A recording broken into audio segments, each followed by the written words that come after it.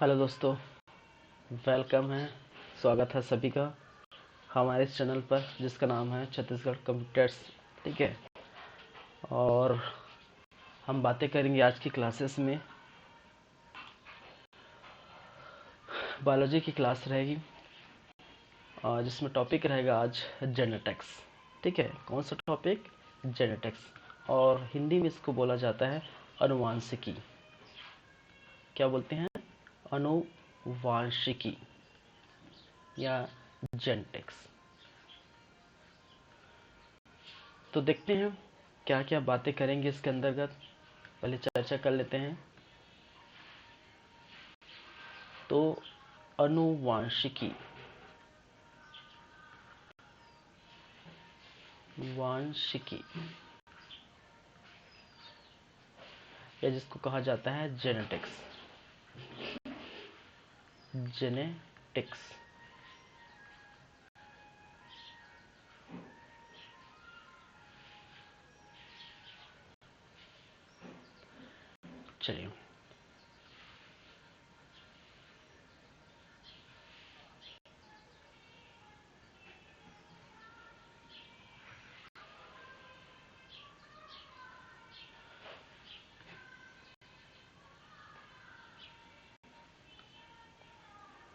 चलिए, इसके अंतर्गत हम सबसे पहले हम बात करेंगे इंट्रोडक्शन जेनेटिक्स के बारे में। ठीक है, इंट्रोडक्शन जेनेटिक्स क्या है, फादर ऑफ जेनेटिक्स क्यों, कौन है। ठीक है, इस सब के बारे में हम बात करेंगे। परिचय,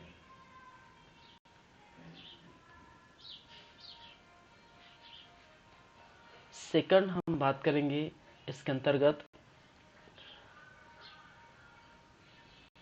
क्रोमोसोम के बारे में। क्रोमोसोम के बारे में, या जिसको कहा जाता है गुणसूत्र। ठीक है, क्रोमोसोम या गुणसूत्र के बारे में हम बात करेंगे।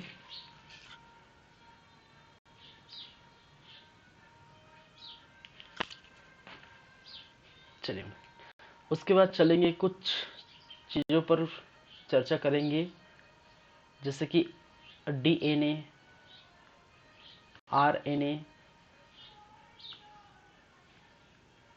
डीएनए क्या है एंड आरएनए। ठीक है, डीऑक्सीराइबोस न्यूक्लिक एसिड। ठीक है, और राइबोस न्यूक्लिक एसिड। तो ये डीएनए और आरएनए के बारे में बात करेंगे, और साथ ही साथ डीएनए के जो है डबल हेलिक्स स्ट्रक्चर की भी बारे में बात करेंगे। ठीक है, फिर साथ में हम देखेंगे ये गुणसूत्र हो गया, क्रोमोसोम इंट्रोडक्शन हो गया, डीएनए आरएनए हो गए। ठीक है, फिर उसके बाद हम देखेंगे law of Mendel's, Mendel's law of genetics.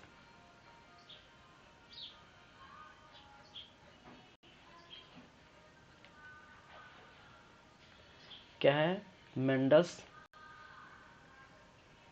Law of genetics. Genetics जिसको हम क्या कहते हैं? मेंडल के अनुवांशिकी के नियम। ठीक है, मेंडल के अनुवांशिकी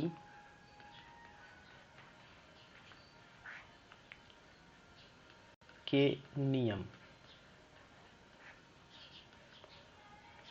उसके बाद देन लास्ट में इंपॉर्टेंट फैक्ट्स। कुछ इंपॉर्टेंट फैक्ट्स रहेंगे। फैक्ट्स, महत्वपूर्ण तथ्य।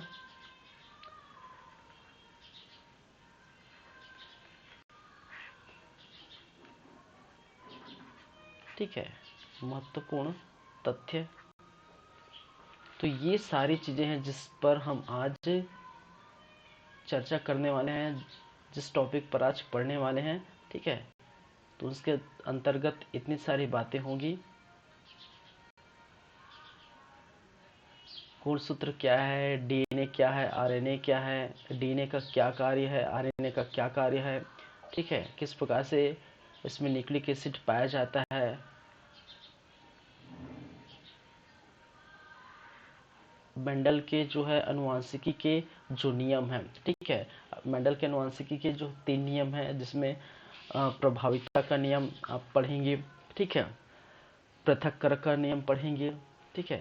तो ये जो है प्रभाविता का नियम जो है, और साथ ही साथ पृथक्करण का नियम, ठीक है, स्वतंत्र अभिवहन का नियम, ये सभी 3 जो नियम हैं वो मेंडल साहब द्वारा दिए गए थे, ठीक है। चलिए तो स्टार्ट करते हैं इंट्रोडक्शन पार्ट से। क्या क्या चीज़ें हम बात करेंगे इंट्रोडक्शन में, देखते हैं। तो सबसे पहले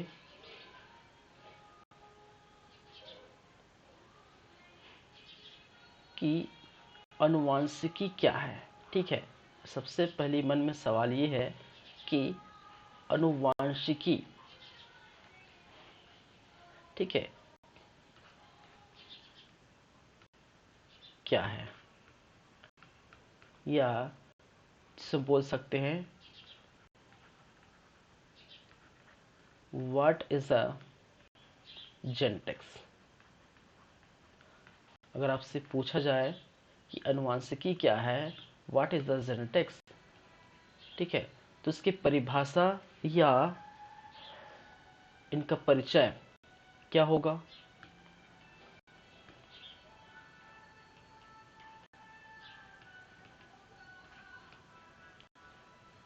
डेफिनेशन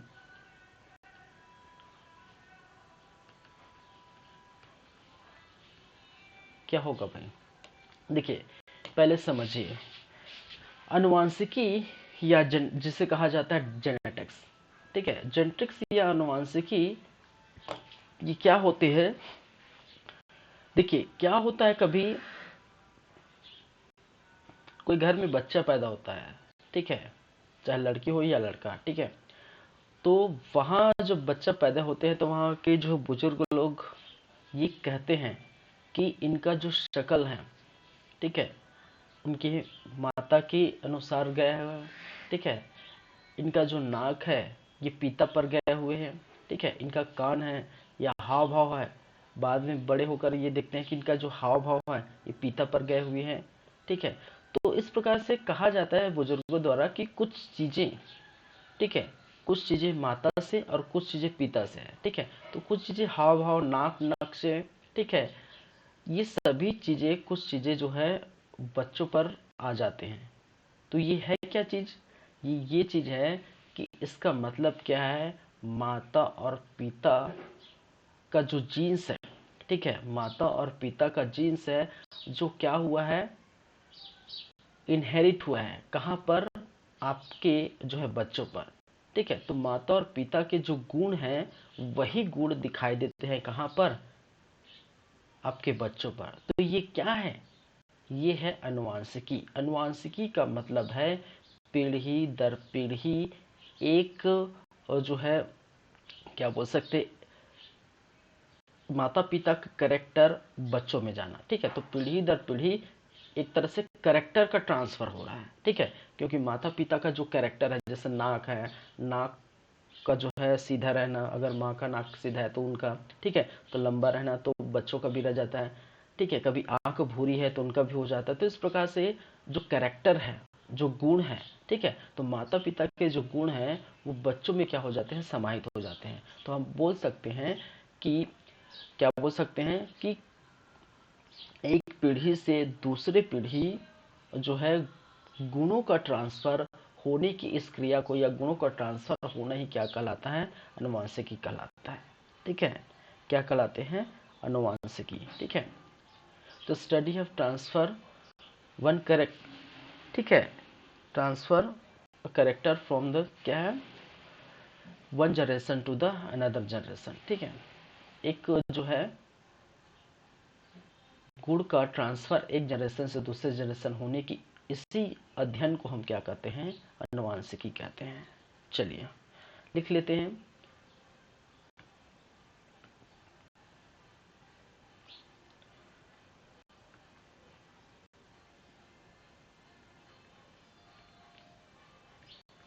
एक पीढ़ी से, ठीक है,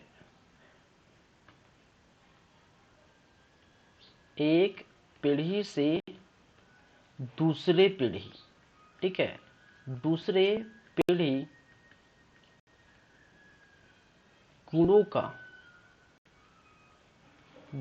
का, ठीक है, क्या होना, ट्रांसफर होना, या गुणों का स्थानांतरण होना, स्थानांतरण होना, ठीक है, या स्थानांतर होने की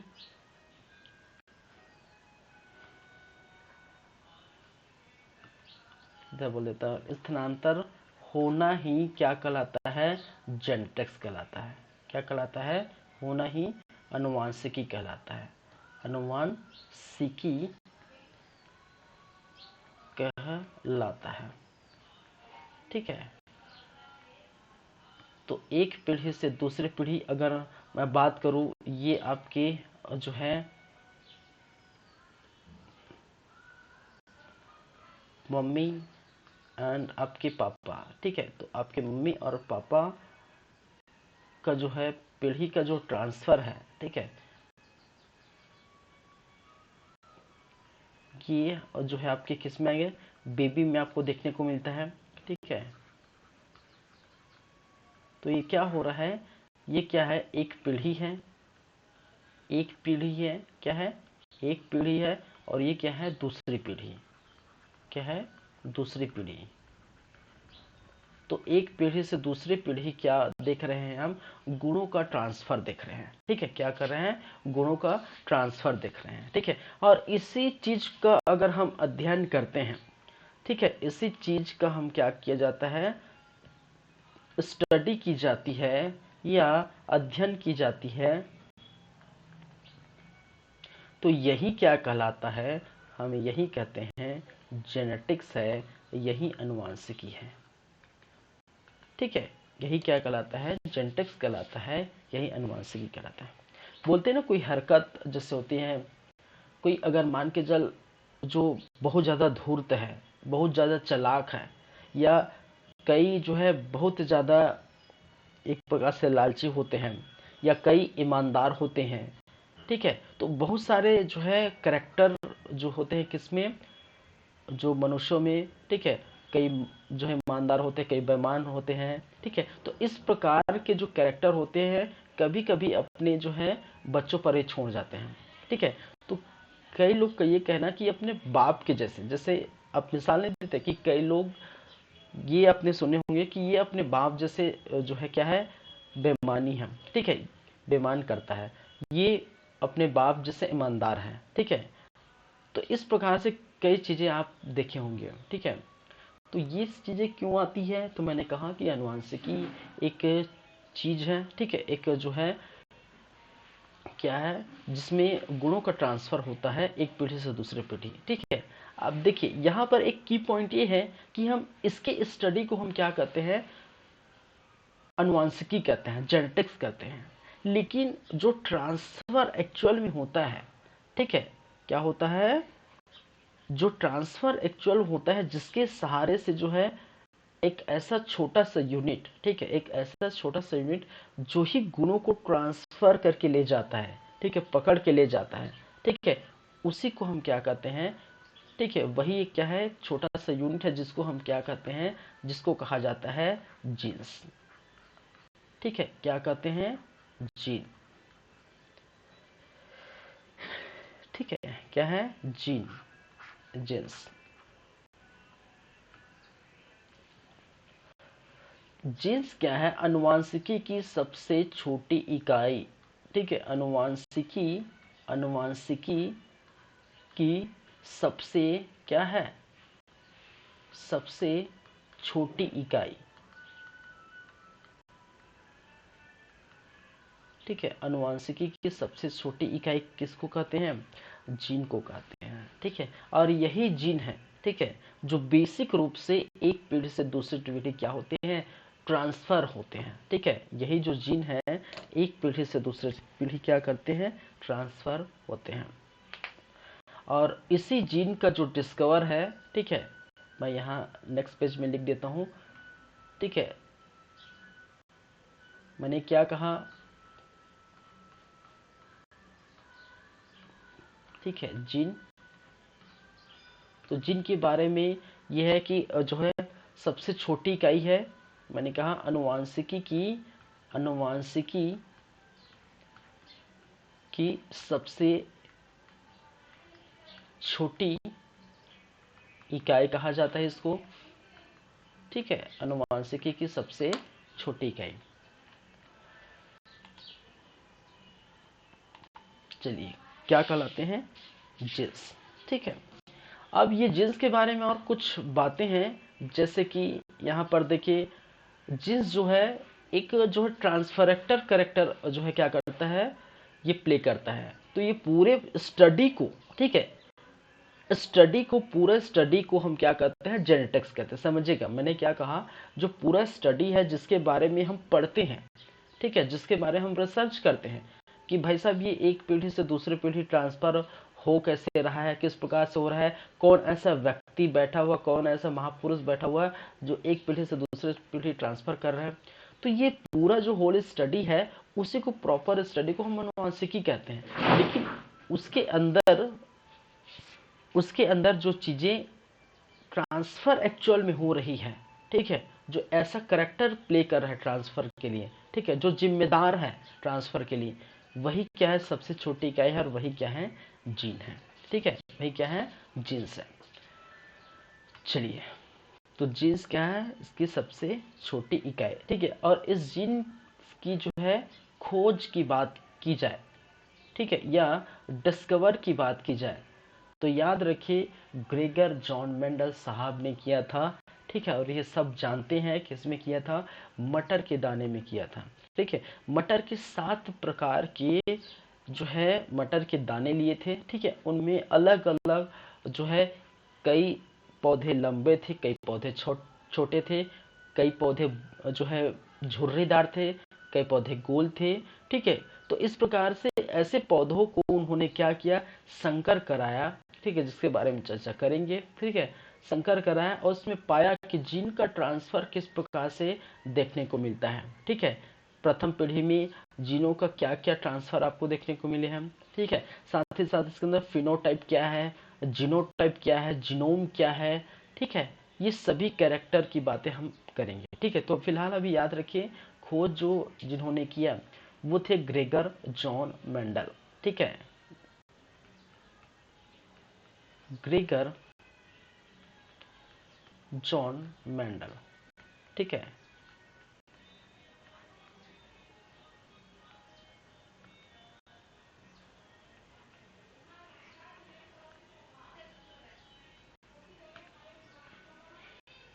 ग्रेगर जॉन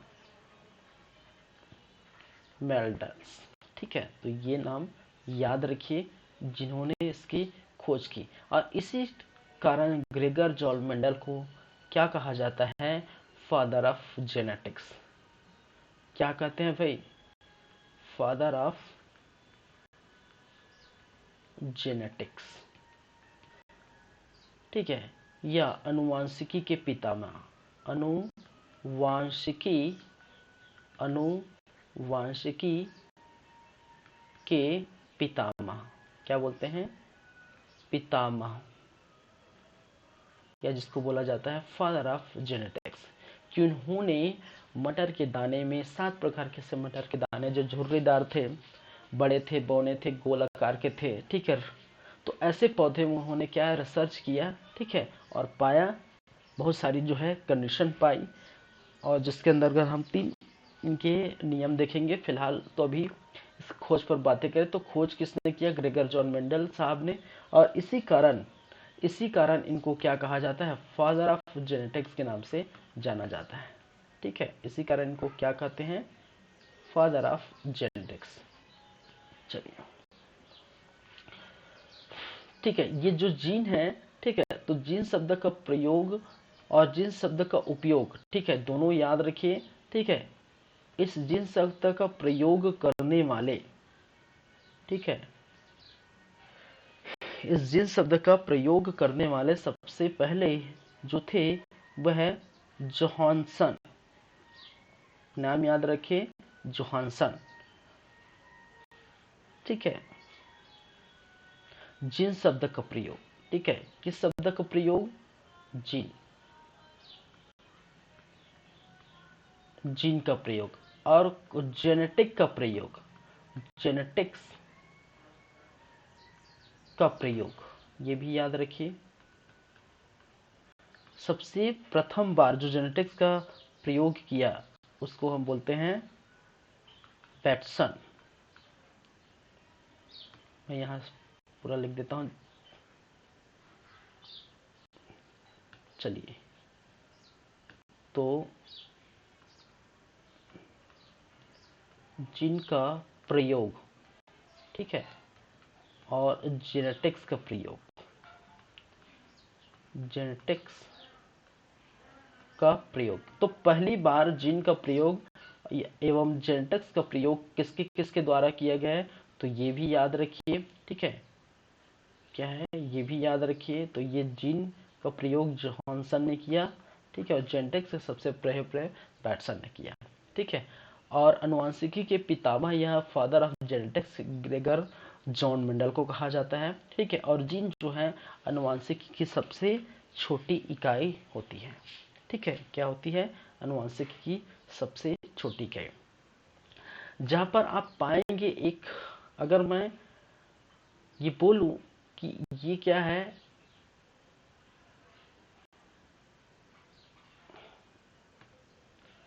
क्या है भैया, सर्कल है, क्या है, सर्कल है कि कुछ और है,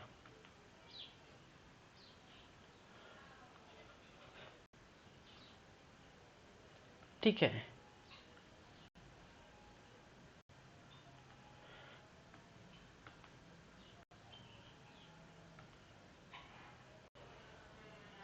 मैं थोड़ा इसको बड़ा बनाता हूँ, एक्चुअल में इतना बड़ा रहता नहीं।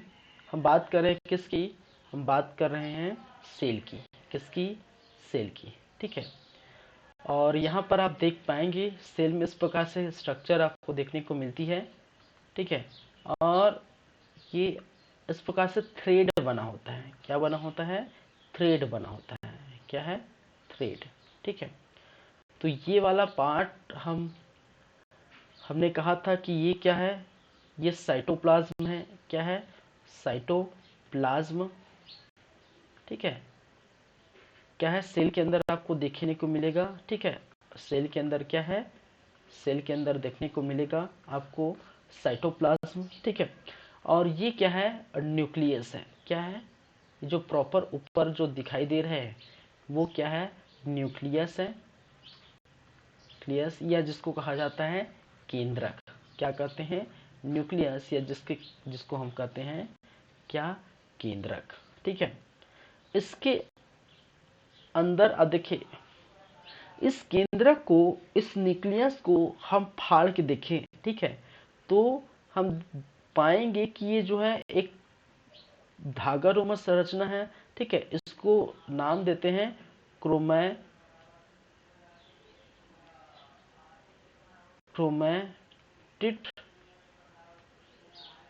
थ्रेड, या क्रोमैटिड धागा थ्रेड। ठीक है, और यही बाद में जो है क्या होता है, यही बाद में क्या देखने को मिलता है, सिकुड़ कर। ठीक है, यही बाद में सेल डिवीजन आपने पढ़े होंगे। ठीक है, मैं पढ़ा चुका हूँ सेल और सेल डिवीजन, और यही सिकुड़ कर क्या देखने को मिलता है, क्या देखने को मिलता है, क्रोमोसोम देखने को मिलता है। ठीक है, यही सिकुड़ कर किसका निर्माण करता है,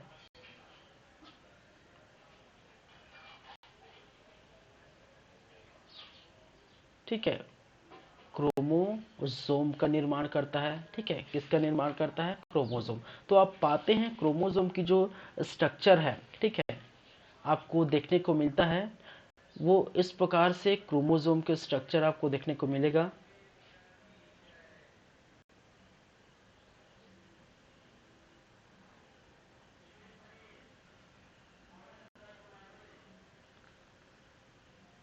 ठीक है, क्या है, क्रोमोसोम के ये स्ट्रक्चर है, और आप पाते हैं कि क्रोमोसोम है और क्रोमोसोम में बहुत सारी चीज़ आपको क्या करते हैं, देखने को मिलती है। ठीक है,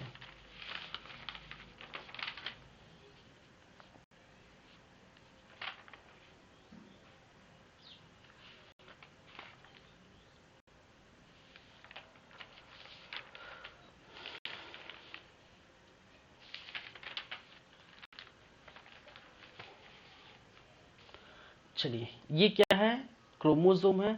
और क्रोमोसोम आप पाएंगे, चलिए मैं इसको इसको थोड़ा सिंपल मैं बना देता हूँ ताकि आप समझें। ठीक है, इस प्रकार से मैं बना देता हूँ।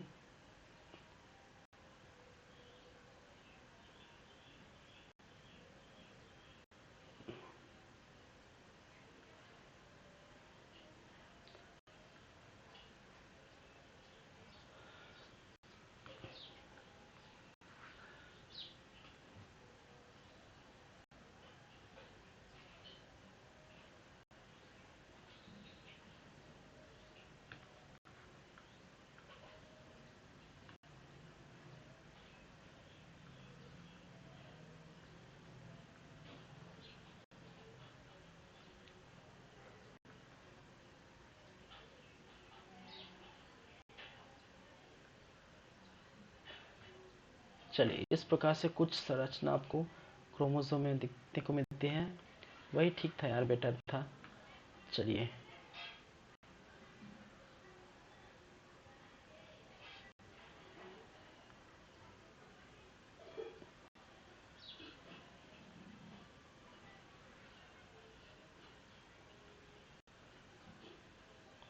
चलिए इस प्रकार से जो संरचना रहती है इसी को हम कहते हैं क्रोमोसोम।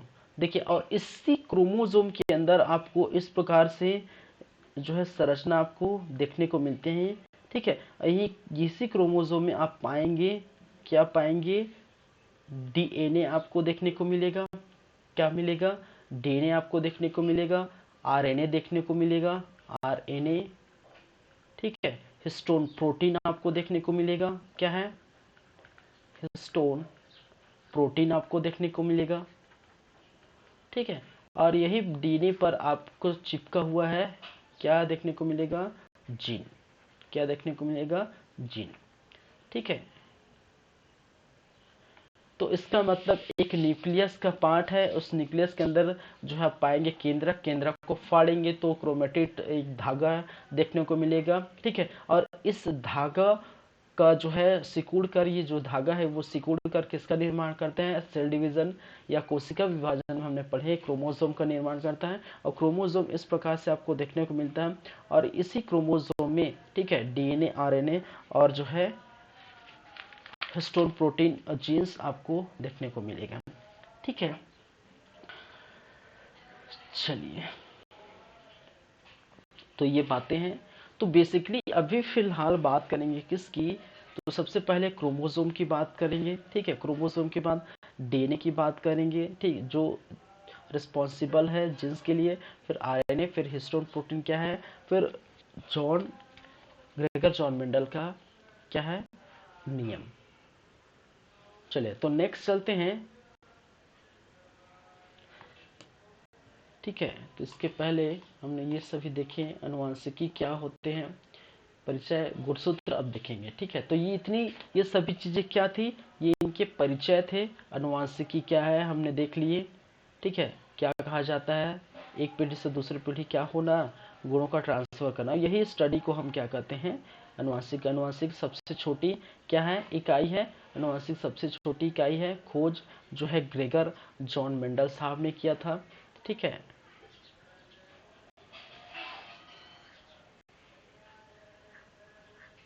ठीक है, ग्रेगर जॉन मेंडल ने साहब ने किया था, जिसको फादर ऑफ जेनेटिक्स कहा जाता है, अनुवांशिकी के पितामह।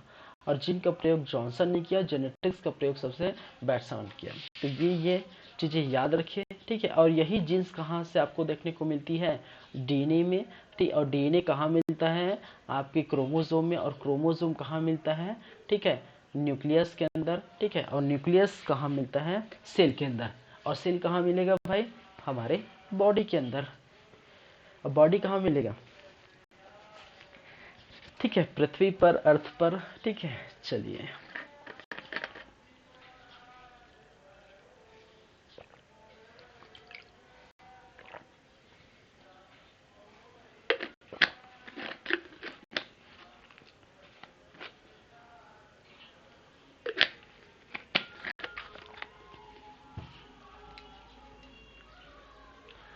चलिए,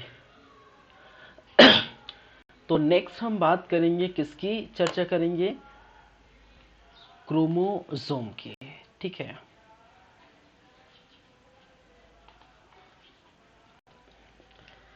क्या है क्रोमोसोम, या जिसको कहा जाता है गुणसूत्र। ठीक है, तो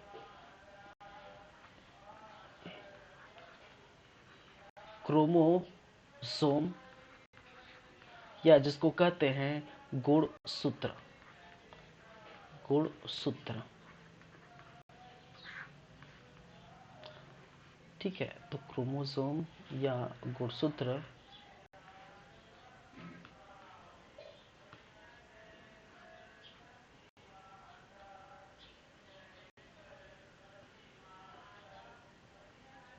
चलिए, कुछ टाइम तक आपको कुछ बैकग्राउंड सुनाई साउंड जो है सुनाई देगी, क्योंकि अभी नवरात्रि का पर्व चल रहा है, तो 2-3 दिन है। ठीक है, तो आज तो मंगलवार है, बुध कल तक रहेगा, आज और कल। ठीक है, तो थोड़ा रिलैक्स लगेगा। ठीक है, चलिए क्रोमोसोम के बारे में बात करेंगे। ठीक है, तो सबसे पहले हम बात कर लेते हैं इसकी खोज के बारे में, कि क्रोमोसोम की खोज किसने की थी। ठीक है, जैसे कि हमने बात किया जेनेटिक्स। ठीक है, एक पीढ़ी से दूसरी पीढ़ी कहा जाता है, और इस जीन्स की या की खोज किसने की नहीं है, जिन्होंने बताया कि एक पीढ़ी से दूसरे पीढ़ी ट्रांसफर हो रहा है। ठीक है, गुणों का। तो ये जो बताने वाले थे वो ग्रेगर जॉर्ज मेंडल थे, हमने कहा।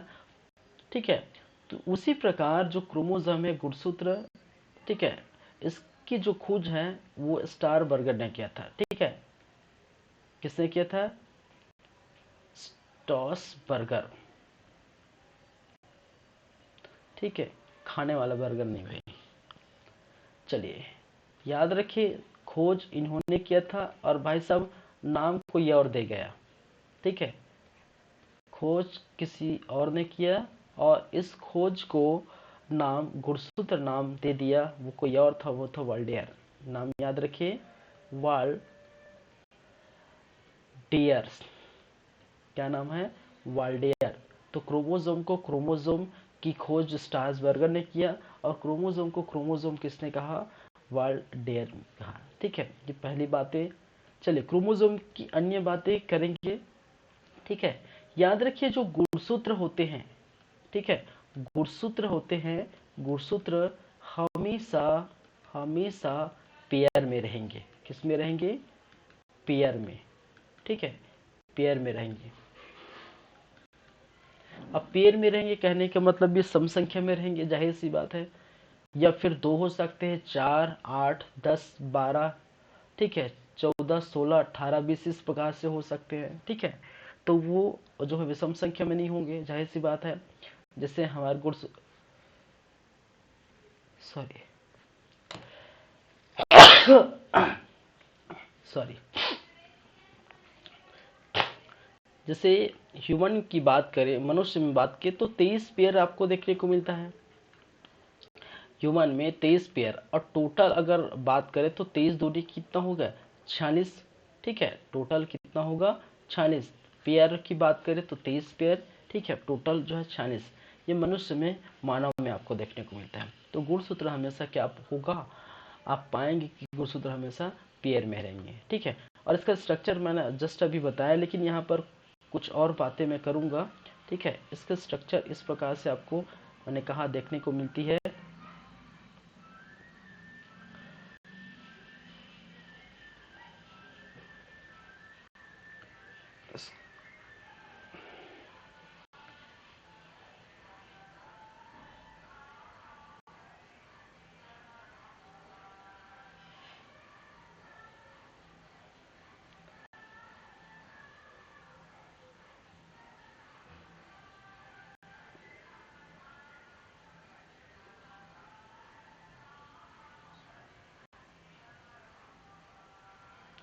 चलिए, ये इस प्रकार से आपको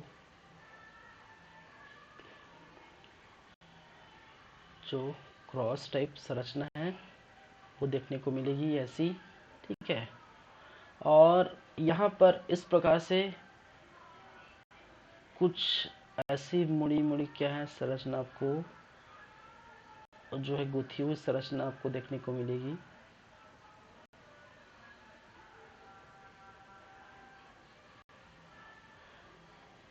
ठीक है,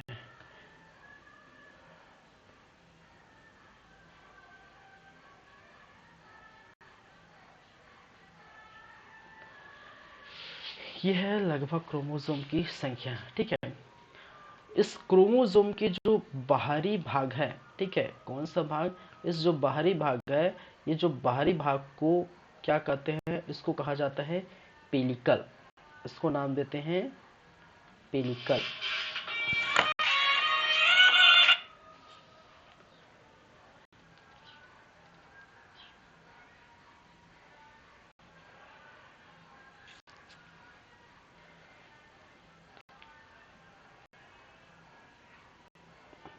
चलिए, बाहरी भाग है, उस बाहरी भाग को हम क्या कहते हैं पेलिकल। और ये चीज आप देख पा रहे हैं, ठीक है, इसको हम क्या कहते हैं क्रोमेटिड धागा। ठीक है, क्या बोलते हैं क्रोमेटिड धागा।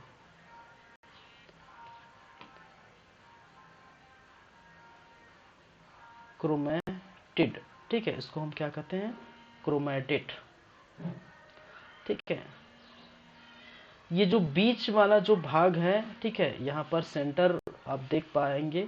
ठीक है, मैं यहाँ बना देता हूँ इस प्रकार से, जो सेंटर टाइप का जो पोर्शन है, ठीक है, जो सेंटर वाला जो भाग है, और यही सेंटर वाला भाग क्या कहलाता है सेंट्रोसोम कहलाता है। ठीक है, सेंटर वाला जो भाग दिखाई दे रहा होगा, यही क्या कहलाता है सेंट्रोसोम कहलाता है। क्या कहते हैं इसको सेंट्रोसोम,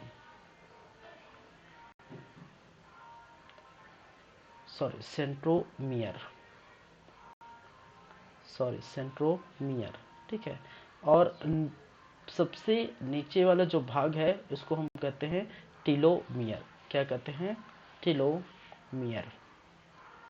ठीक है, सेंट्रोमियर, क्रोमेटिड, पेलिकल और टीलोमियर। कौन सा वाला भाग, ये बीच वाला भाग। ठीक है, तो ऊपरी जो वाला भाग है वो पेलिकल कहलाता है। ठीक है, और ये धागे नुमा बीच में जो संरचना आप देख रहे हैं क्रोमेटिड कहलाता है। और बीच की जो है ये संरचना है, ठीक है, इसको हम क्या कहते हैं सेंट्रोमियर, और नीचे वाली संरचना टेलोमियर। ठीक है, चलिए, तो इस प्रकार से और पेयर में पाए जाते हैं। कहने का मतलब ए एक और दो। ठीक है, तो कहने का मतलब भी क्या है ए पेयर है। ठीक है, क्या है पेयर है। अब यहाँ हम बात कर लेते हैं थोड़ा इसी को, अगर ह्यूमन की हम बात की जाए, ठीक है, किसकी बात की जाए ह्यूमन की बात की जाए,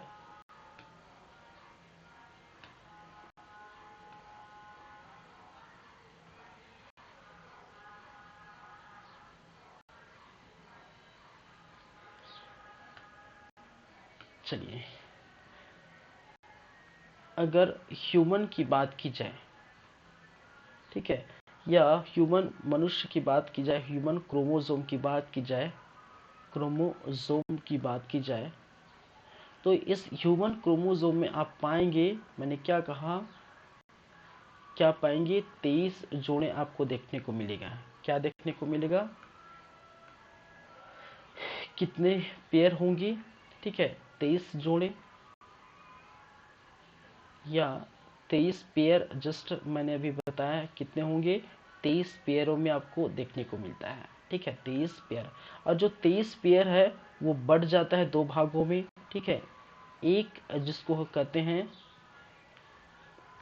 एक कहा जाता है आपके जो है 22 पेयर, क्या है 22 पेयर, और इस 22 पेयर और एक जिसको बोलते हैं 23वां पेयर, 23वां पेयर। ठीक है, एक है 22 पेयर और एक 23वां पेयर। और 22 पेयर का जो स्ट्रक्चर होता है वो एक्स एक्स, ये क्या है, ये सब चीज हम बात करेंगे। ठीक है, चलिए, और 23वां पेयर जो आप देखने को मिलेगा, वो 23वां पेयर दो चीज देखने को मिलेगा। एक जो है आपको एक्स वाई रहेगी, और दूसरा एक्स क्या रहेगा एक्स रहेगा। और एक्स वाई डिपेंड करता है किसके लिए, ये मेल के लिए, और ये किसके लिए फीमेल के लिए। ठीक है, किसके लिए फीमेल के लिए। तो ये वाला जो एक्स है वो क्या कहते हैं इसको, इसको हम कहते हैं, ये वाला जो पोर्शन है जो एक्स एक्स है, इसका नाम दिया जाता है ऑटोसोम। क्या बोलते हैं, ऑटोसोम्स। और इसको बोलते हैं हम, क्या बोलते हैं, एलोसोम्स। एलोसोम्स, या जिसको कहा जाता है सेक्स क्रोमोसोम। ठीक है, सेक्स क्रोमोसोम। पर नेक्स्ट पेज में लिख दूं क्या यार, या फिर मेरा वीडियो चल रहा है, एक मिनट, थोड़ा मैं इसको नेक्स्ट पेज में ले जाता हूँ।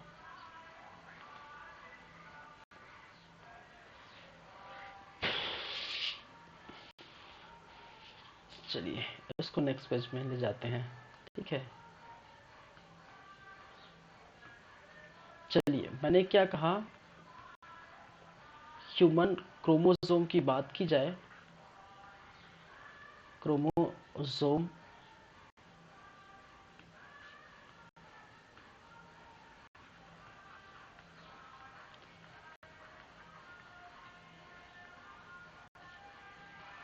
चलिए तो ह्यूमन क्रोमोसोम की बात की जाए तो आप पाएंगे पेयर में आपको देखने को मिलता है, मैंने कहा 23 पेयर। ठीक है, और टोटल नंबर आप देखेंगे तो 46। ठीक है, कितने हैं, 23 पेयर, और टोटल नंबर में देखेंगे तो क्या है, 46। ठीक है, और जो 23 पेयर है उस 23 पेयर में, ठीक है, एक आपको देखने को मिलेगा 22 पेयर। ठीक है, क्या है, 22 पेयर। ठीक है, चलिए, और 23 पेयर क्या है, 30वां पेयर। मैंने क्या कहा, 30वां पेयर। और जो 22 पेयर है, ठीक है, जो कि हमेशा आपको एक्स एक्स की स्थिति में देखने को मिलेगी, और यही क्या कहलाता है, इसी को हम कहते हैं ऑटोसोम्स। क्या बोलते हैं, ऑटोसोम्स। ठीक है, क्या कहलाता है ये, ऑटोसोम्स कहलाता है।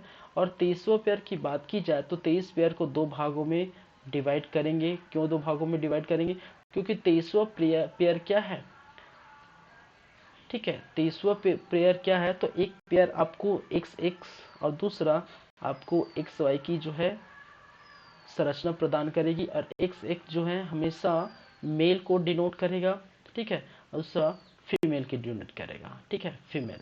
ठीक है, और यही चीज क्या होती है, यही क्या कहलाती है, इसी को हम कहते हैं एलोसोम्स। क्या कहते हैं, इसको एलोसोम्स कहेंगे, या फिर हम क्या कहेंगे, एलोसोम्स, या इसको कहा जाता है सेक्स क्रोमोसोम। क्रोमोसोम। ठीक है, तो ये क्या है, ये एलोसोम है, या इसको हम कहते हैं 23वां पेयर को सेक्स क्रोमोसोम, क्योंकि यही डिसाइड करता है। ठीक है, देखिए हमारे बॉडी में क्रोमोसोम की जो संख्या है वो 23 पेयर है, टोटल जो है 46 है। ठीक है, जिसमें से मैंने क्या कहा, 22 पेयर किसके लिए हो जाते हैं, जो 22 पेयर होते हैं वो हो जाते हैं किसके लिए, जो है बॉडी स्ट्रक्चर और बॉडी में उपस्थित क्रोमोसोम के लिए। लेकिन बॉडी में एक पार्ट है जिसको बोलते हैं,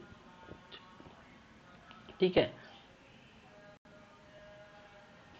और उस पार्ट में आप देखेंगे कौन सा, जो प्राइवेट पार्ट होते हैं उस पार्ट की जो है में देखेंगे जो रिप्रोडक्शन वाले सिस्टम है। ठीक है, उस रिप्रोडक्शन वाले सिस्टम में आप देखेंगे जिसको हमने क्या कहा था, सेक्स क्रोमोसोम। और सेक्स क्रोमोसोम या इसकी, और इसी को हम क्या कहते हैं, एलोसोम कहते हैं। ठीक है, तो जो 23वां पेयर है, 23वां पेयर की हुई को ही सेक्स क्रोमोसोम कहा जाता है या एलोसोम कहा जाता है। इसमें आप पाएंगे जिसमें से आपको एक्स एक्स ऐसी संरचना आपको देखने को मिलेगी। इसका मतलब है कि जो 23वां पेयर है, ठीक है, उसमें से मेल को जो डिनोट करता है वो एक्स एक्स डिनोट करता है, और जो फीमेल को डिनोट करता है वो एक्स वाई को डिनोट करता है। ठीक है, किसको डिनोट करता है, एक्स वाई को डिनोट करता है। ठीक है, तो इस प्रकार से आप देखेंगे। ठीक है,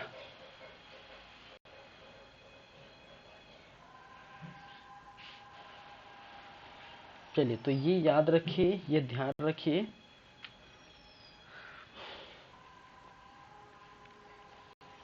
जैसे कि हम बात करेंगे, ये चीज़ें हम बाद में देखेंगे खैर, फिलहाल लेकिन मैं बता देना चाहता हूँ थोड़ा से। जैसे कि हम एक्स और एक्स और एक्स वाई, ठीक है, ये मेल है, ठीक है, क्या है, ये मेल है और ये फीमेल है, ठीक है। दोनों का हम क्या करेंगे, जो है क्रॉस रिप्रोडक्शन हम करेंगे, ठीक है। रिप्रोडक्शन वाला सिस्टम में हम देखेंगे तो हम पाएंगे कि एक्स एक्स को हम क्या करेंगे, तो आपको क्या देखने को मिलेगा, मिलेगा एक्स एक्स। फिर एक्स और वाई के साथ करेंगे तो हम क्या देखने को मिलेगा, हमें क्या देखने को मिलेगा, एक्स वाई। फिर अगर इस x के साथ इस x का करेंगे तो फिर आपको क्या देखने को मिलेगा, एक्स एक्स, ठीक है। और फिर इस x के साथ इस y का करेंगे तो क्या देखने को मिलेगा, एक्स वाई, ठीक है, क्या देखने को मिलेगा, एक्स वाई, ठीक है। तो ये भी एक्स एक्स है, इसका इसके साथ एक्स एक्स, इसका इसके साथ एक्स वाई, फिर इसका इसके साथ एक्स एक्स, इसका इसके साथ एक्स वाई, ठीक है। तो यहाँ पर आप देखेंगे दो अलग अलग चीज़ें हैं, जहाँ पर आप क्या देख पाएंगे, ये दो फीमेल है और दो मेल जो है का निर्माण हो जा रहा है, ठीक है। चलिए, और यही डिसाइड करता है कि जो है, देखिए ये चीज़ें रिप्रोडक्शन सिस्टम वाला पार्ट है, ठीक है। ये जो चीज़ें हैं वो किसका है, रिप्रोडक्शन सिस्टम, ठीक है, जिसमें हम पढ़ेंगे प्रजनन प्रजनन तंत्र, ठीक है। और प्रजनन तंत्र वाले पार्ट में हम बात करेंगे जो है, ठीक है, जो कंटिन्यूसली क्लास चल रही है इसी क्लास के अंदर हम बात करेंगे। देखिए मैं बार बार बोल रहा हूँ कि जो बायोलॉजी है, ठीक है, और जो खास बायोलॉजी या साइंस है, वो सभी जो है कुछ ना कुछ चैप्टर जो है एक दूसरे में लिंक है, ठीक है। तो जैसे कि ये वाला पार्ट है क्रोमोसोम है, तो थोड़ा सा यहाँ प्रजनन वाला पार्ट है, लेकिन हम इसको फिर से यहाँ पकड़ के प्रजनन वाले पार्ट में नहीं चलेंगे, क्योंकि प्रजनन वाले पार्ट या रिप्रोडक्शन वाले सिस्टम में, ह्यूमन रिप्रोडक्शन सिस्टम के अंदर हम male reproduction system, female reproduction system, ठीक है, पढ़ेंगे किस प्रकार से जो है सीमेन, किस प्रकार से जो है वीर्य आपको देखने को मिलता है, किस प्रकार से वीर्य जो है यहाँ पर देखने को मिलेगा, किस प्रकार से ओवम है, ओवरी है, क्या है, ठीक है, फेमरी क्या है, ठीक है, किस प्रकार से जो है क्या है, डिलीवरी किस प्रकार से होते हैं, ठीक है, बच्चे किस प्रकार से होते हैं, जुड़वा बच्चे कैसे होते हैं, ठीक है। तो इस प्रकार से, या जो है ट्रांजिस्टर, ठीक है, जिसको बोलते हैं, ठीक है, ट्रांसजेंडर, सॉरी मैंने क्या कहा, ट्रांसजेंडर। तो ऐसे बच्चे किस प्रकार से होंगे, तो इस ऐसे चीज़ों की जो है चर्चा हम कब करेंगे, जो प्रजनन वाले पार्ट में, ठीक है, किसमें, रिप्रोडक्शन वाले पार्ट में। तो फिलहाल ये वाला पार्ट जो है हम बाद में देखेंगे। तो बस इतना भी समझिए, हम बात करें सिर्फ और सिर्फ क्रोमोसोम की, ठीक है। चलिए, तो इस प्रकार से होंगे, तो ये जब होंगे तो जाहिर सी बात है, ये एक्स एक्स वाला क्या है, मेल है, तो मेल होगा, ठीक है, एक्स वाला फीमेल तो फीमेल होगा, ठीक है। तो बेबी बेबी गर्ल, बेबी जो है बेबी बॉय होगा या बेबी गर्ल होगी, ठीक है। तो इसका जो डिसीजन भी करने वाले जो पुरुष है, ठीक है, उसकी चर्चा भी हम करेंगे, ठीक है। तो ये छोटी छोटी बातें हैं जो रिप्रोडक्शन सिस्टम वाले पार्ट में चलेंगे। चलिए, फिलहाल हम बात कर रहे हैं क्रोमोसोम की, और क्रोमोसोम में उपस्थित जो 22 पेयर है, मैं फिर से बता देता हूँ, ऑटोसोम्स कहते हैं, 23वां पेयर सेक्स क्रोमोसोम कहा जाता है या एलोसोम्स कहा जाता है। और ये एक्स एक्स जो रिप्रेजेंट करने वाले को मेल हम कहते हैं, और एक्स वाई को रिप्रेजेंट करने वाले को फीमेल कहते हैं, ठीक है। चलिए, अब थोड़ा बात कर लेते हैं इसके बाद टाइप्स ऑफ क्रोमोसोम। यहाँ पर आपको देखने को मिलेगा types of chromosome, types of chromosomes, या जिसको कहा जाता है गुणसूत्र के प्रकार, ठीक है, गुण सूत्र के क्या है, प्रकार, ठीक है। टाइप्स ऑफ क्रोमोसोम या जिसको कहते हैं गुणसूत्र के प्रकार। तो ये कौन कौन से प्रकार है, किस प्रकार से आपको देखने को मिलेगी, ठीक है, वो हम बात कर लेते हैं। चलिए, गुणसूत्र के प्रकार के अंतर्गत देखेंगे, ये आपको 4 प्रकार के देखने को मिलेगा, ठीक है। गुणसूत्र के जो प्रकार है वो 4 प्रकार के देखने को मिलेगा बेस्ड ऑन सेंट्रोमियर, ठीक है। सेंट्रोमियर के आधार पर गुणसूत्र के कितने हैं, 4 प्रकार हैं, ठीक है। क्या है, सेंट्रोमियर के आधार पर गुणसूत्र के क्या क्या है, 4 प्रकार हैं, ठीक है। तो इसको हम अगर बात करें तो सबसे पहले हम पाएंगे, ठीक है, जहां पर इसको पहला जिसको कहा जाता है, मैं इसको कलर चेंज कर देता हूं, ठीक है। फर्स्ट इसको कहा जाता है एक्रोसेंट्रिक, एक जिसको हम कहते हैं एक्रोसेंट्रिक, क्या नाम है, एक्रोसेंट्रिक, ठीक है। चलिए, अब इस एक्रोसेंट्रिक में ऐसी क्या चीजें हैं, ठीक है, जो हम बात करेंगे।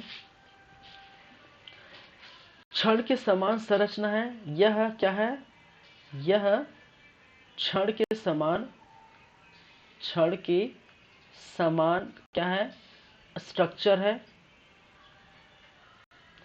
क्षण के समान स्ट्रक्चर है, एवं जिसकी, या जिस डायरेक्ट लिख देता हूं, जिसकी एक भुजा छोटी और दूसरी बड़ी होती है, ठीक है।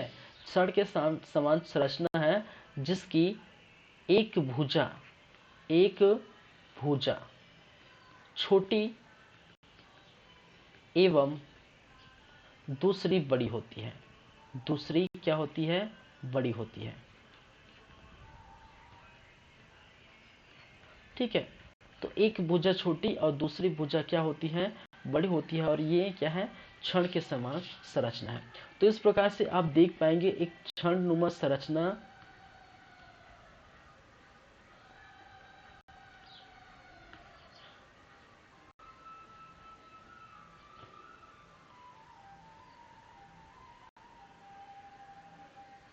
ठीक है। ये क्षणनुमा जो है संरचना है, और यहाँ पर सेंट्रोमियर इस प्रकार से पाए जाएंगे, ठीक है। और यहीं पर थोड़ा सा हल्का सा एक भुजा क्या आपको देखने को मिलेगा, छोटे देखने को मिलेगा, ठीक है। थोड़ा से बड़ा बना देता हूँ,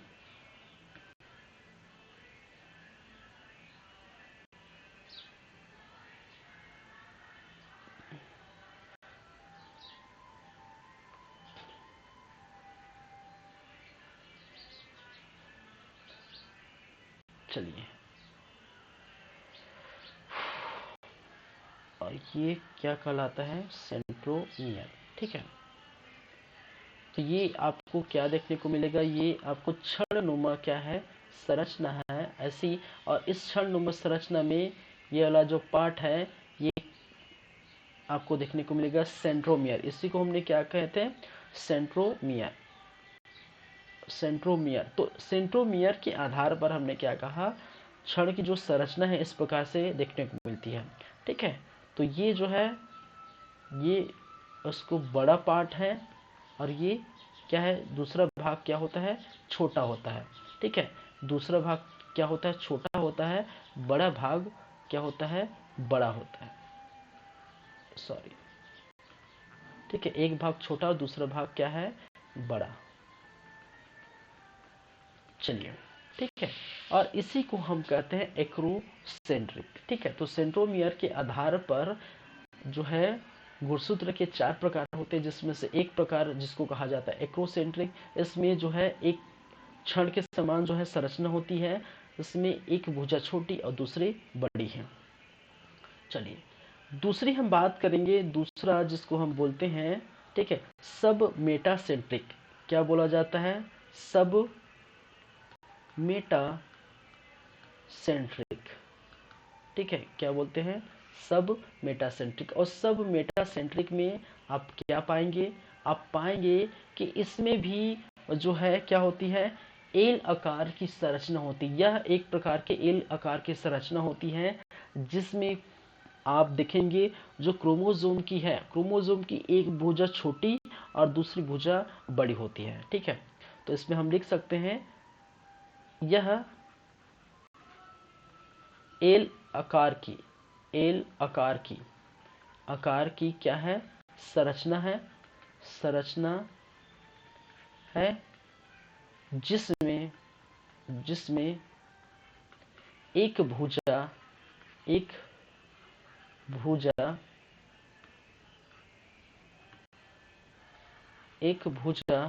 बड़ी एवं दूसरी छोटी होती है, ठीक है। तो ये एल आकार की जो है क्या है, संरचना है। इस प्रकार से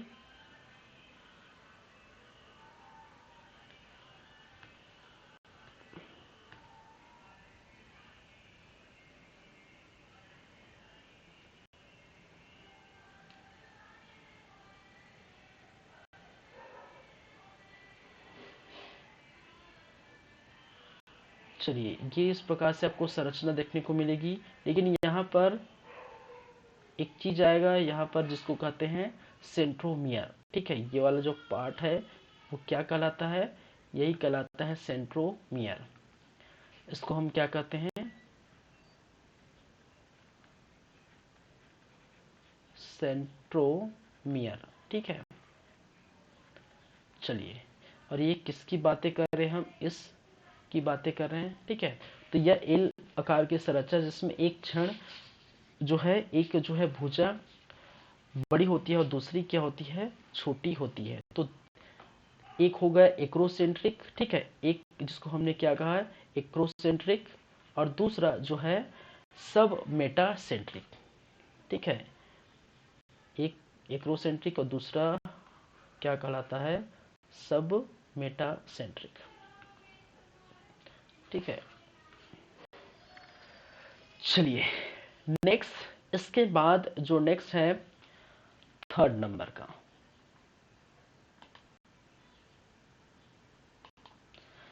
चलिए, इसके बाद जो नेक्स्ट है वो थर्ड नंबर का, वो कौन है भाई, उसका नाम क्या है।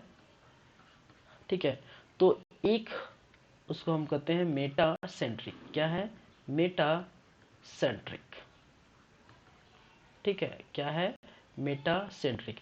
और मेटा सेंट्रिक जिसमें वी आकार की संरचना होती है। ठीक है, यह ठीक है वी आकार की संरचना है, वी आकार की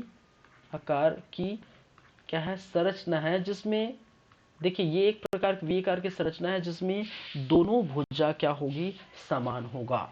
ठीक है, क्या होगा, दोनों भुजा समान होंगे। तो यह वी आकार की संरचना है जिसमें आप बोल सकते हैं जिसमें दोनों भुजाएं क्या होगी, दोनों भुजाएं क्या होगी, समान होगी। क्या होगी भाई, समान होती है या होगी। ठीक है, ये सब बातें हैं। ठीक है, यह विकार की संरचना जिसमें दोनों भुजा क्या होगी, समान होगी। ठीक है, तो इस प्रकार से आप देख लीजिए जो चीजें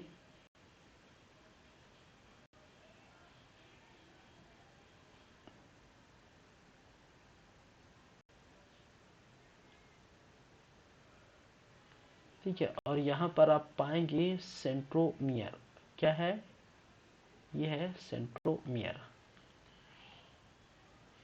ठीक है,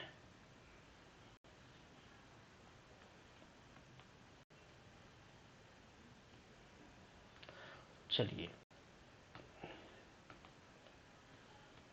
ये आपका सेंट्रोमियर। तो बस सिंपल सी बातें हैं और कुछ नहीं है। और लास्ट और फोर्थ नंबर जिसको हम नाम दें टिलोसेंट्रिक। क्या है, टिलोसेंट्रिक। क्या है, टिलोसेंट्रिक। ठीक है, और टिलोसेंट्रिक में कुछ नहीं है। ठीक है, सेंट्रोमियर जो है इसमें एक ही भुजा पाई जाती है, याद रखिए। ठीक है, इसमें एक ही क्या होता है, भुजा देखने को मिलता है। ठीक है, भुजा है एवं एवं सेंट्रोमियर। ठीक है, और सेंट्रोमियर, ठीक है, सबसे लास्ट में या जो है नीचे टेल से क्या है, टीलोमियर कहने का मतलब टेल या पूंछ। ठीक है, सेंट्रोमियर जो है पूंछ वाले भाग में उपस्थित रहते हैं या फिर सबसे लास्ट में रहते हैं। सेंट्रोमियर जो है सबसे नीचे रहते हैं, नीचे रहते हैं। ठीक है, जैसे कि अगर हम बात करें तो इस प्रकार से ऐसी संरचना होगी जहां पर आप पाएंगे, ठीक है, ये है आपका क्या, टीलोसेंट्रिक। और टीलोसेंट्रिक की मात्र एक भुजा और दूसरी भुजा जो है आपका क्या होगा देखने को मिलेगा, सिर्फ सेंट्रोमियर यहाँ पाएंगे। क्या है, सेंट्रोमियर। ये क्या है, सेंट्रोमियर। तो सेंट्रोमियर आपको कहाँ देखने को मिलेगा, यहाँ पर देखने को मिलेगा। ठीक है, चलिए, तो यहाँ पर एक भुजा और सेंट्रोमियर आपको देखने को मिलेगा, सभी में दो दो भुजा था। ठीक है, तो हमने क्या देखे, टाइप्स ऑफ क्रोमोसोम, क्रोमोसोम के प्रकार, जिसमें एक्रोसेंट्रिक देखे, एक्रोसेंट्रिक क्षण के नुमा संरचना जिसमें एक भुजा बड़ी एक छोटी होती है। ठीक है, दूसरा जो है सबमेटासेंट्रिक जिसमें एल आकार की संरचना जिसमें एक जो है भुजा बड़ी और दूसरी छोटी होती है। ठीक है, चलिए, और तीसरी चीजें हमने कहा मेटासेंट्रिक। ठीक है, मेटासेंट्रिक वी आकार की संरचना जिसमें एक भुजा क्या है, एक भुजा जो है सॉरी दोनों भुजा जो है बराबर होती है। और टेलोसेंट्रिक में जो है जो टेल पर या पुंज पर जो है सेंट्रोमियर पाया जाता है और जिसमें भुजा क्या होती है, एक होती है। ठीक है, तो ये है किसकी बातें, क्रोमोसोम की।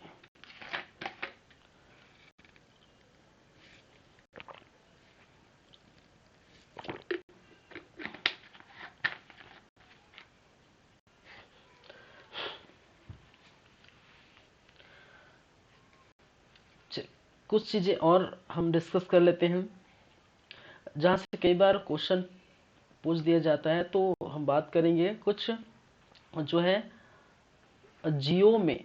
ठीक है, जियो में गुणसूत्र की संख्या। ठीक है, गुणसूत्र की गुणसूत्र की क्या है, संख्या। ठीक है, क्या है, संख्या। नंबर ऑफ क्या है, क्रोमोसोम एंड लिविंग्स। ठीक है, जियो में गुणसूत्र की संख्या। ठीक है, चलिए, तो ये किस प्रकार से आप देख पाएंगे, तो उसको मैं थोड़ा अच्छे से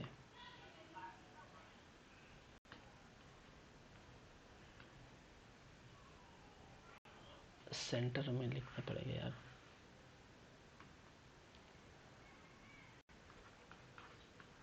जियो में गुणसूत्र की संख्या, इसको याद रखेंगे, गुणसूत्र की संख्या।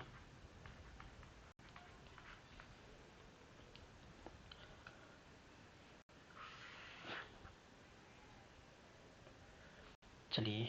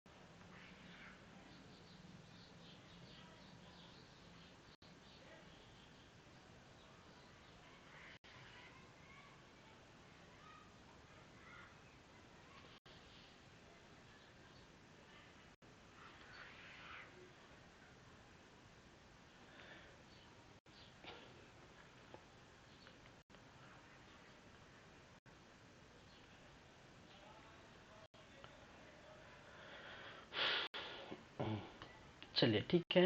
तो एक तरफ हम बात करेंगे कुछ जीवों की, जीव, और दूसरी तरफ उसके गुणसूत्र, गुणसूत्र,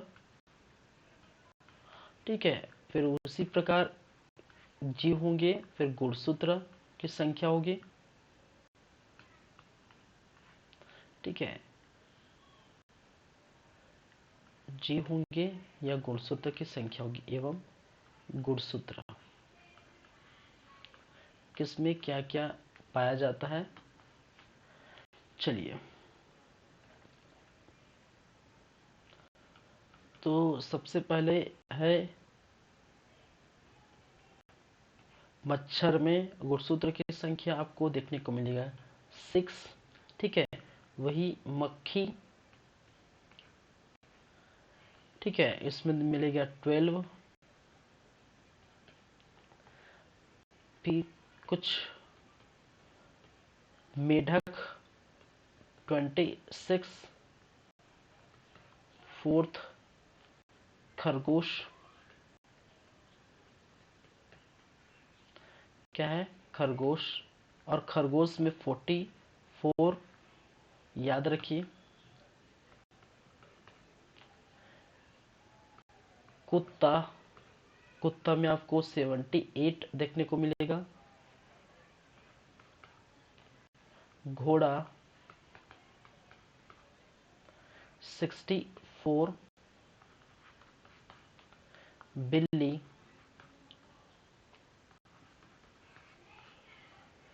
38, ठीक है। 8 नंबर में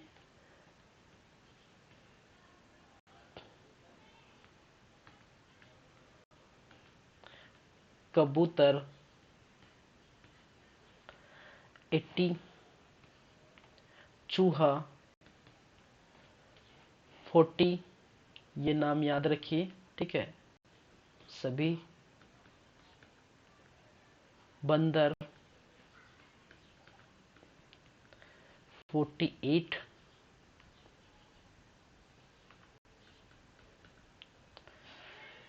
मधुमक्खी, मधुमक्खी, ठीक है 16 और 32 डिपेंड करता है मधुमक्खियों की जो है, ठीक है। चलिए, फिर कुछ जो है खाने वाली चीजें में आपको देखने को मिलेगा, ठीक है। मटर, मटर में 14, 14, 13 देखेंगे। प्याज है, ऐसे कुछ खाने वाले चीजें 16। मक्का क्या है, मक्का, और मक्का में आपको मिलेगा 20, संख्या कितनी मिलेगी मक्का में 20। टमाटर, और इसमें 24 गुणसूत्र की संख्या। 60 अगर हम बात करें आलू वगैरह की, ठीक है, इसमें 48। फिर गेहूं, ठीक है 42। तंबाकू 48। नींबू, ठीक है। तो नींबू के जो है अलग अलग टाइप के जो नींबू होते हैं उसमें जो है 16, 18, कभी 36, ठीक है। जैसे कि अलग टाइप के यहाँ पर मैंने कहा मधुमक्खी, कई जो है प्रकार के मधुमक्खी होते हैं, उसमें से किसी प्रकार में 16, किसी में 32, ठीक है। तो इस प्रकार से आपको देखने को मिलता है। और मनुष्य के बारे में आप जानती हैं, मैं मनुष्य लास्ट में लिख देता हूँ। इसकी संख्या कितनी है 46 और पेयर में 23, ठीक है। तो ये थे जो है जीवों में गुणसूत्र की संख्या, जहां पर आप देख पाएंगे मच्छर, मक्खी, मेंढक, खरगोश, कुत्ता, घोड़ा, बिल्ली, कबूतर, चूहा, बंदर, मधुमक्खी, मटर, प्याज, मक्का, टमाटर, आलू, गेहूं, तंबाकू, नींबू, मनुष्य, ठीक है। और बहुत सारी चीजें हैं, ठीक है। लेकिन कुछ कुछ चीजें जहां पर ये क्वेश्चन पूछे जाती है, ठीक है। चलिए,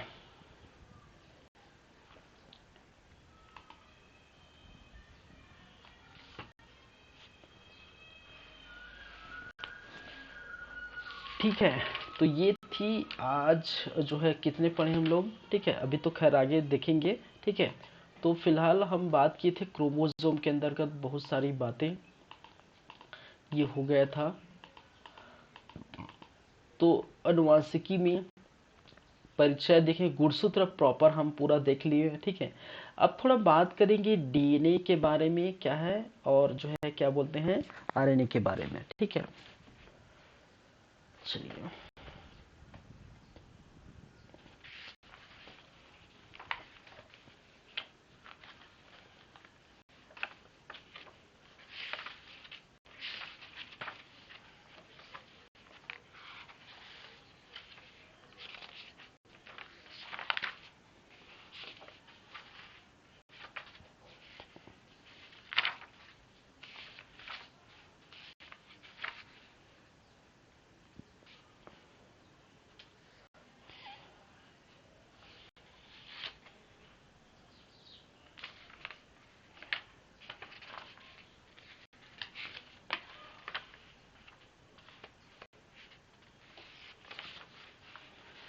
चलिए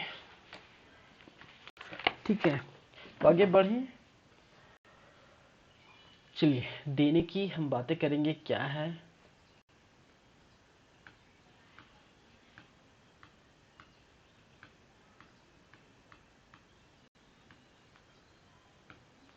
चलिए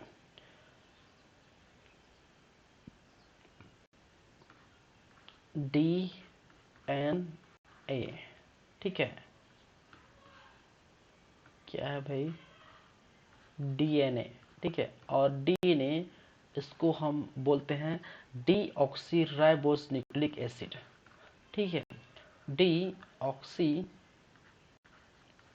राइबोस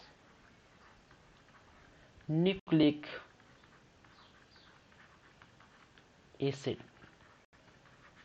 ठीक है, तो ये क्या है, डीएनए का फुल फॉर्म है, और इसी को हम क्या कहते हैं डीऑक्सीराइबोस न्यूक्लिक एसिड।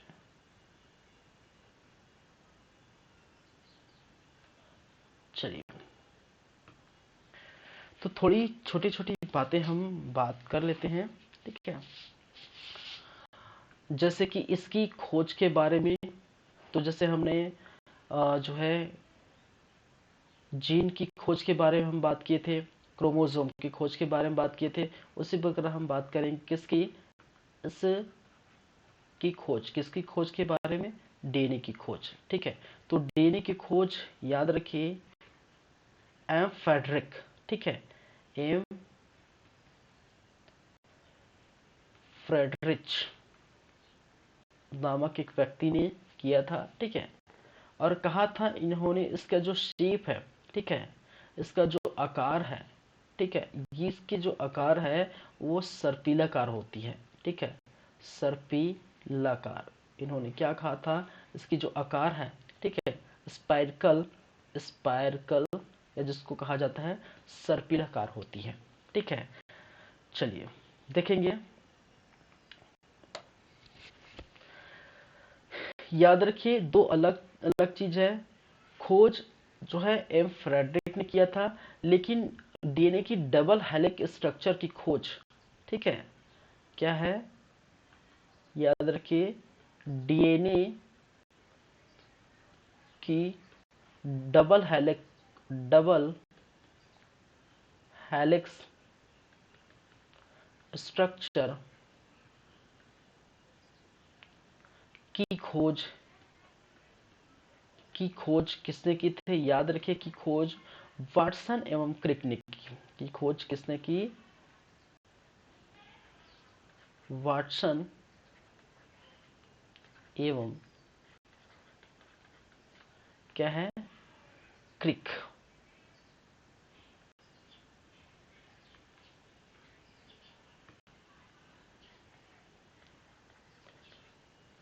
क्रिक ने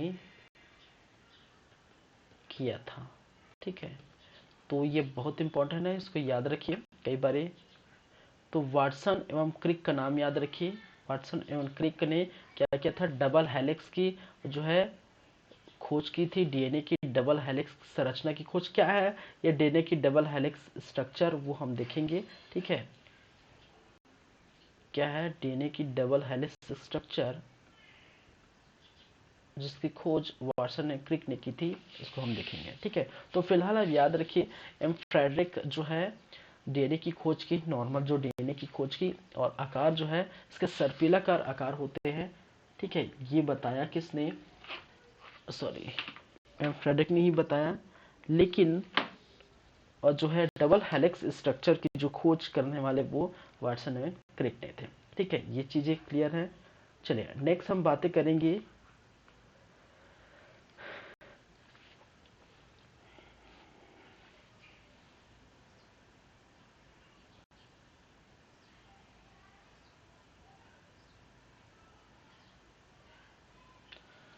चलिए देखिए इसके वर्क या जीन के, ये क्या है, मैंने क्या कहा डीएनए का कार्य है या डीएनए का वर्क क्या है कि जी जो जेनेटिक्स कैरेक्टर को, ठीक है, जो किसके अंदर बैठा रहता है, जीन के अंदर बैठा रहता है, तो जेनेटिक्स कैरेक्टर को एक पीढ़ी से दूसरे पीढ़ी तक ट्रांसफर करने का कार्य करता है। ठीक है, इसका कार्य क्या है, ठीक है, अगर हम बात करें तो जो जेनेटिक्स कैरेक्टर है, ठीक है, जब पहले हमने देखे थे जेनेटिक्स कैरेक्टर या जेनेटिक्स गुण को, ठीक है, करेक्टर को एक पीढ़ी से एक पीढ़ी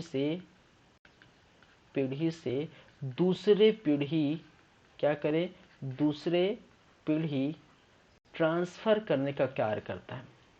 दूसरे पीढ़ी स्थानांतरण या ट्रांसफर, स्थानांतरण करने का कार्य करता है, करने का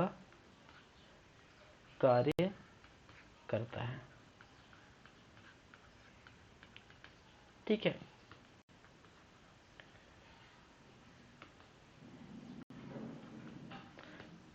इसके कार्य या वर्क हमने बात कर रहे थे, तो ये डीएनए का वर्क है, इसका कार्य क्या है। ठीक है, और मैंने कहा था जो डीएनए आप देखेंगे, ठीक है, इस स्ट्रक्चर हम देखेंगे। ठीक है, जेनेटिक्स कैरेक्टर को एक पीढ़ी से दूसरे पीढ़ी ट्रांसफर या स्थानांतर करने का कार्य करता है कौन, ये डीएनए। ठीक है, चलिए एक चीज, ये जीन की खोज इसने की थी, लेकिन एक याद रखिए एक नाम आता है जिसको बोलते हैं जंपिंग जीन। ठीक है, जंपिंग जीन।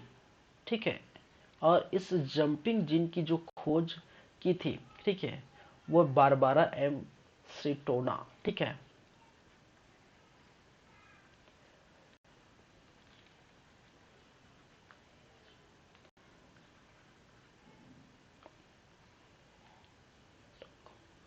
ठीक है, ये थोड़ा स्पेस मैं और ले लेता हूं।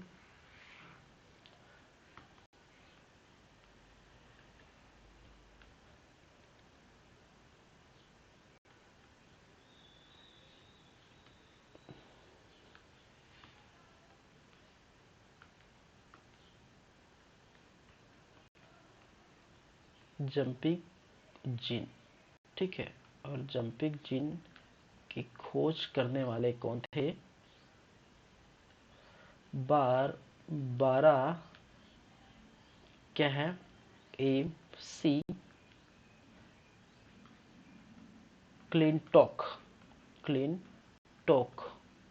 ठीक है, बारबारा एम सी क्लिंटॉक और बारबारा जंपिंग जिम की जो है खोज इन्होंने ही की थी। ठीक है,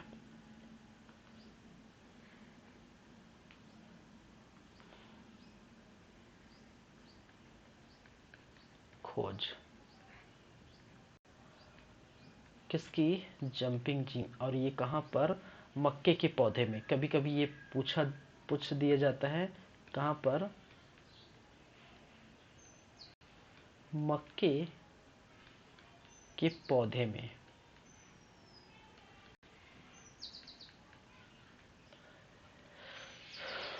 ठीक है, तो डीएनए डीऑक्सीराइबोन्यूक्लिक एसिड, ठीक है, खोज एम फ्रेडरिक, जंपिंग जिन की खोज बारबारा एम सी क्लिंटॉक, आकार सर्पिलाकार स्पाइकल होता है। डीएनए की डबल हेलिक्स स्ट्रक्चर की खोज वाटसन ने क्रिक ने किया था और इनका कार्य क्या है, जेनेटिक कैरेक्टर को एक पीढ़ी से दूसरे पीढ़ी ट्रांसफर करने का कार्य करते हैं। चलिए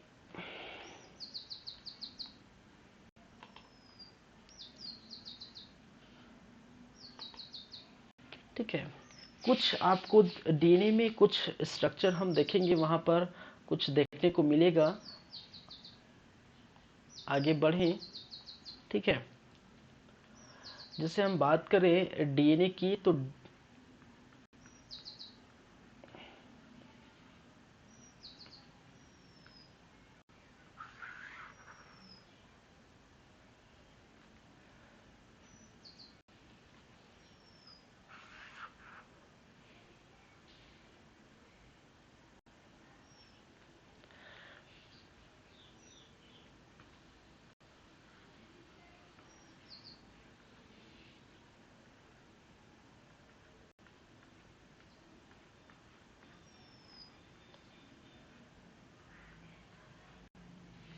चलिए, तो डीएनए की बात करें तो पाएंगे इसमें देखने को मिलता है, एक तो आपको देखने को मिलेगा, ठीक है, कुछ शुगर, ठीक है, क्या देखने को मिलेगा, कुछ शुगर टाइप के देखने को मिलेगा, ठीक है, और कुछ आपको देखने को मिलेगा नाइट्रोजनी बेस, क्या है, नाइट्रोजिनस बेस, ठीक है, नाइट्रोजिनस बेस देखने को मिलेगा, और साथ ही साथ फॉस्फेट, ठीक है, क्या देखने को मिलेगा, फॉस्फेट। तो कुछ शुगर आपको देखने को मिलेगा, नाइट्रोजिनस बेस आपको देखने को मिलेगा, और साथ ही साथ फॉस्फेट आपको देखने को मिलेगा। ठीक है, तो शुगर किस प्रकार से है वो तो आप जानते ही होंगे। ठीक है, किस प्रकार से डीऑक्सीराइबोस न्यूक्लिक जो है शुगर पाया जाता है। ठीक है, कौन सा शुगर पाया जाता है, तो आपको पता है डीऑक्सी राइबोस, ठीक है, क्या पाया जाता है, शुगर पाया जाता है।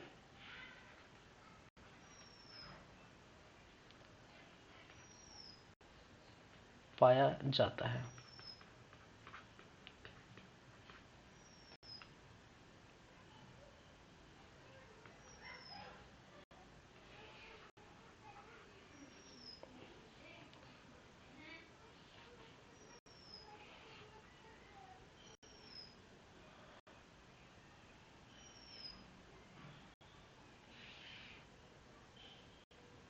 चलिए, क्या पाया जाता है, मैंने कहा डीऑक्सी राइबोस शुगर आपको देखने को मिलेगा। ठीक है, और डीऑक्सी राइबो,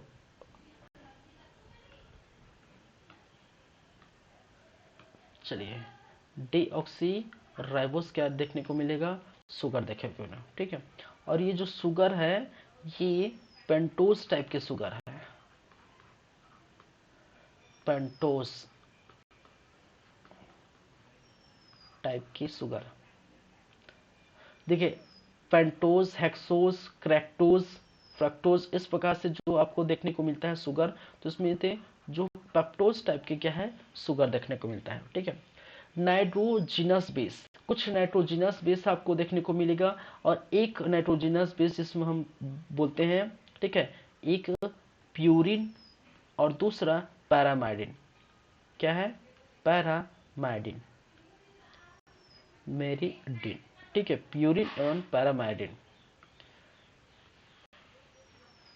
एक नाइट्रोजनस बेस प्यूरिन और दूसरा नाइट्रोजनस बेस पैरामाइडिन। ठीक है, और ये किसके ही नाइट्रोजन जिनस बेस है, और ये दो प्रकार के नाइट्रोजनस बेस पाया जाता है। ठीक है, और इसमें आपको क्या क्या देखने को मिलता है, एक मिलेगा जिसको कहा जाता है एडिनिन, क्या है, क्या मिलेगा, एडिनिन, और इसको रिप्रेजेंट करते हैं, ठीक है, अल्फाबेट लेटर किससे, ए से। ठीक है, और दूसरा जिसको बोलते हैं गुआनिन, क्या है, गुआनिन। ठीक है, और इसमें इसको रिप्रेजेंट करते हैं, ठीक है, ठीक है, अल्फाबेट लेटर जी से। दूसरा पैराडीन में आपको देखने को मिलेगा साइटोसिन, एक कहा जाता है साइटोसिन, और साइटोसिन इसको रिप्रेजेंट करते हैं सी से। और दूसरा थाइमिन, क्या है, थाइमिन, और थाइमिन जिसको रिप्रेजेंट करते हैं टी से। ठीक है, ये क्या है, एक प्रकार का नाइट्रोजिनस बेस है। ठीक है, जहां पर आपको देखने को मिलता है। ठीक है, और यहीं पर इसी में आपको क्या देखने को मिलेगा, ए और टी, किसके बीच बॉन्ड, ए और टी के बीच आप देखेंगे बॉन्ड, और जी और सी के बीच आपको देखने को मिलेगा क्या है, बॉन्ड। तो ए और टी के बीच जो है डबल बॉन्ड आपको देखने को मिलेगा, और वहीं पर सी और जी के बीच मिलेगा ट्रिपल बॉन्ड। ठीक है, तो ये कई बार पूछा जाता है, कई बार पूछा गया है।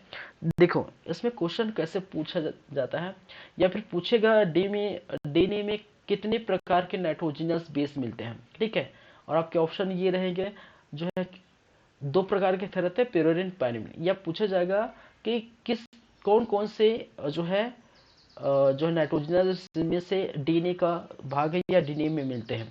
ठीक है, क्योंकि आरएनए में भी लगभग से मिलते हैं। ठीक है, क्योंकि थाइमिन के अलावा इसमें यूरासिल जुड़ जाता है, थाइमिन हट जाता है। आप आरएनए हम पढ़ेंगे। ठीक है, तो एडेनिन ग्वानिन साइटोसिन तो रहेंगे, लेकिन थाइमिन की जगह आ जाएगा यूरासिल। ठीक है, तो यूरासिल आ जाएगा।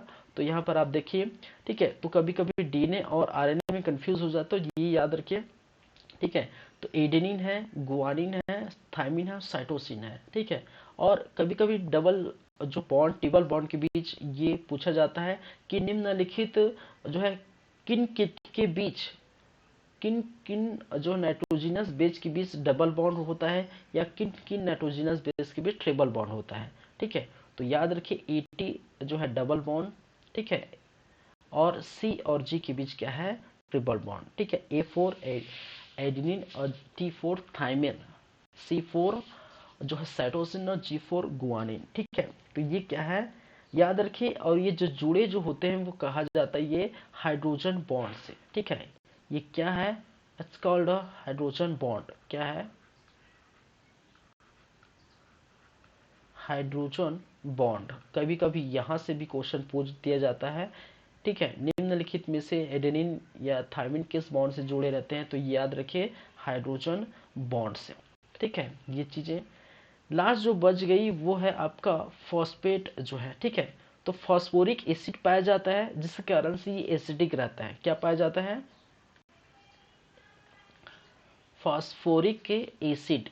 ठीक है, और फास्फोरिक एसिड के नाम से जो है, इसी के नाम एसिडिक, एसिडिक जो है होती है किसके नाम से, या जो से अम्ली होती है। ठीक है, तो अम्ली होती है किसके नाम से होती है, इसी फास्फोरिक एसिड के नाम से। इनके जो करेक्टर है वो अम्लीयता होती है किसके नाम से, इसी फास्फोरिक एसिड के नाम से। तो फॉस्फेट पाया जाता है, और फास्फोरिक एसिड के नाम से अम्लीयता होती है। ठीक है, नाइट्रोजिनस बेस पाया जाता है, जिसमें पैरिन पैरामाइडिन होता है, प्यूरिन के अंदर एडेनिन गुआनिन, और पैरामाइडिन के अंदर साइटोसिन थाइमिन, और एडेनिन थाइमिन के बीच डबल बॉन्ड, साइटोसिन और जो है गुआनिन के बीच ट्रिपल बॉन्ड, और जो बॉन्ड का नाम है वो हाइड्रोजन बॉन्ड। ठीक है, और शुगर पाया जाता है डीऑक्सीराइबो शुगर, जो पेप्टोड टाइप के सॉरी पेंटोज टाइप के शुगर पाए जाते हैं। ठीक है, तो इतनी सी बातें हैं किसके, डीएनए के अभी बाकी है डीएनए के डबल हेलिक्स के स्ट्रक्चर। ठीक है, नेक्स्ट हम बात करेंगे जो है डीएनए की डबल हेलिक्स स्ट्रक्चर और मेंडल्स लॉ। ठीक है, तो नेक्स्ट जो कहानी होगी, आज तो खैर इतनी सी रखेंगे। ठीक है, जो नेक्स्ट क्लास होगी, नेक्स्ट क्लास, उस नेक्स्ट क्लास में हम बात करेंगे double helix structure of DNA. ठीक है, एंड मेंडल्स लॉ ऑफ, क्या है, and Mendel's law of, Mendel's law of genetics. ठीक है, तो ये डीएनए की double helix structure next class होगी, और मेंडल्स लॉ ऑफ जेनेटिक्स। ठीक है, तो ये हम बात करेंगे। ठीक है, चलिए, थैंक यू गाइस।